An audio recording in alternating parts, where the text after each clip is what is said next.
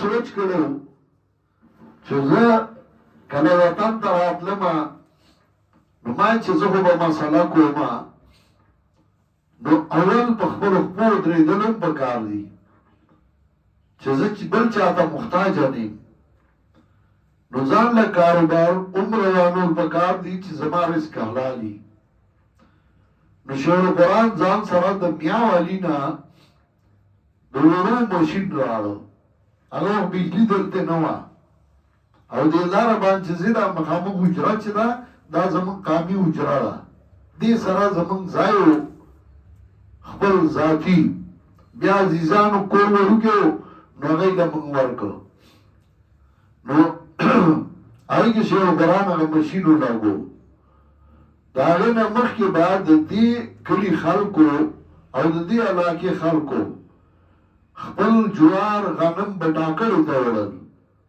بټاکړه دې نه 8 کیلومتره ده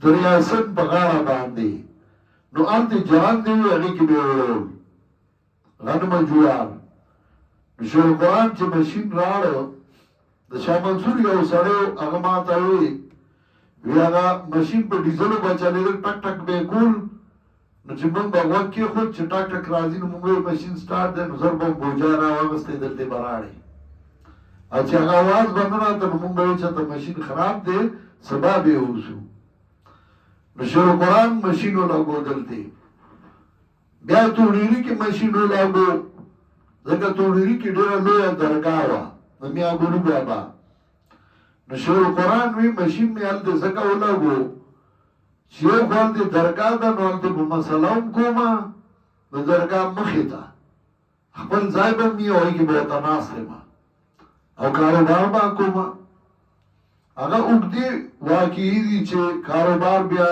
خلکو یې چې دلته غنمه جوار نه وړئ شیخ القرآن یې نه دی راړي نو بیا هغې له الله بله یو طریقه پیدا کړه جنګ عظیم شروع شه او اوړه په کار و شیخ القرآن سره خبره وشوه او هغې کې شیخ القرآن ډېرې پیسې بیا وګټلې چې وړل به غنمه جوار به ورته وړل نو شیخ القرآن هلته مشین ولاګو مسله به هم کوله یو ورځ مشرکینو صلاح وکړه او مخامخ زیارتو میا ګلو بابا نو د هغې نه غلافونه او جنډې هغه پټې کړې هغه ته ناګورې او یې سوځولې شیخ القرآن کلي ته راغلو هغه زمانه کې ګاډي نو ټانګې به وې او پابندي لګېدلې وه چې که چا ټانګه کې دی کېنو نو 50 روپۍ جرمانه به ورکوي تړون کړی خلکو شیخ القرآن یو ورځ ټانګې ته ختمه زه یې کوز کړم او یو هندو ولاړ هغه ته ویې سیټه ځې هغه ویې او هغې وښې جوړ زه یې کوز کړم په هندو رحم و خو په شیخ القرآن یې رحم نه و نو شیخ القرآن نور الله مرقده وویې زه به د شپې تلم او د شپې به راتلم 18 کیلومتره دې نه تو ډېری دی اوس سړی په موټرسایکل ستړی کېږي هغه به پیدل ته د شپې به ته او د شپې به راته وایي د ورځې به ځکه نه تلم چې دی به مې ویني دی به راباندې خوشحالېږي چې پیدل روان دی نو شیخ القرآن وایي زه کلي ته راغلی وم زه چې لړمه چربانګ ورسېدمه هلته ویده شوم لغونته کې مونځ مې چې وکړ چې راپاڅېدمه وی ما ته منشي وي چې جی پولیس والا راغلي وو موږ یې ډېر تنګ کړي یو ما ولې وی په تا راپورټ شوی دی او هغوی راځي وي چې هغه څه شو وی ما ویل څه راپورټ دی وی چې اوس هم لږ مخکې راغلي وو نوم ورته ستا ونه وی او اوس لړل هغه د میاګانو حجره کې ناست دي او په تا راپورټ شوی دی چې د میا ګلو بابا غلافونه او جنډې وړي دي سوځولي دي ما خان وی زه روان شوم هغه حجرې ته چې څنګه ورښکاره شوم نو پولیس والا ناست و حجره کې او خلکو ته غلې راغی وی زه چې لړمه د څنګ کېناستم وی تاڼېدار ما ته وایي چې تا غلافونه وسوځول او ته وتښتېدې ما ورته چې وتښتي نو هغه بیا راځي تښتېدلی نه یم، زه کور ته ځم راځم، اوس رالم خبر شم. رالم وی ما ته وی چې به تا راپورټ دی.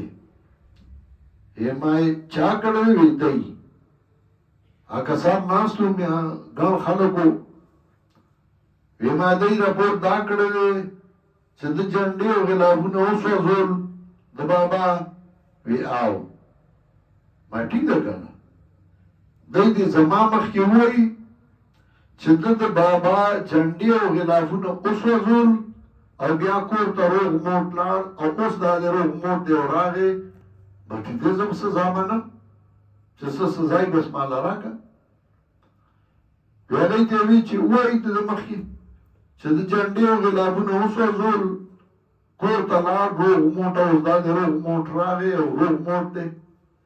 هغوی نه وي. وی دی ورته وایي تانیدار چې ووایي که نه. دوی وایي نه اوس زه ګورم. تانیدار ما ته وایي تا په دی څه چل وکړو؟ ما چې ما پې څه چل وکړو؟ دی راپورټ کړی زما مخکې دی ووایي بس زه منمه چې ته وسوځول او کور ته روغ موټ لاړ او دا د روغ موټ راغی. اوس هغوی وایي نه. وی تانیدار ما ته وایي چې دی خو تر اوسه وایي چې هغه سوځولي اوس نه وایي. ما ورته وی چې خان دا خبره بل څه ده. زه دی ته وایم چې زیارتونه نفع او نقصان نشي ورکولی، ټکره نشي ورکولی. او دی وایي نه، دی څخه اک ټک دی چې څوک یې خوښ وي هغه له لوی مقام ورکوي او چې څوک یې نه وي خوښه نو هغه شلی او ګوډی او ړانده وي. زه ورته وایم دا د الله کار دی، دا دی نشي کولی. که دی زما مخکې دا ووایي چې د جنډې او غلافونه وسوځول او روغ موټ لاړ او روغ موټ راغی نو دی زما مسله ومنله چې ټکر او نقصان نشي ورکولی.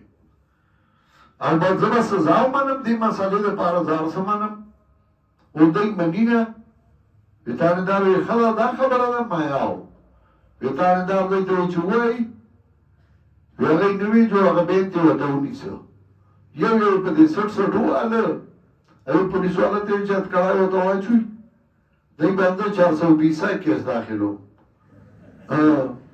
چې هسې رپورټونه کوي.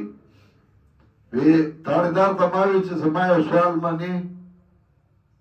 وی چې ووایه ولې به نه منمه، ته دومره سم سړی ستا به زه نه منم. وی ما ورته وی چې پرېږده هېڅ ورته مه وایه. وی چې دی در باندې رپورټونه کوي ته. وی ما چې زه په دین کې انتقام نه علم، د دین په کار کې انتقام ماله الله ته یې پرېږده.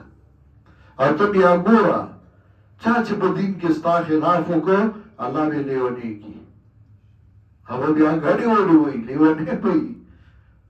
الله ته یې پرېږده بس.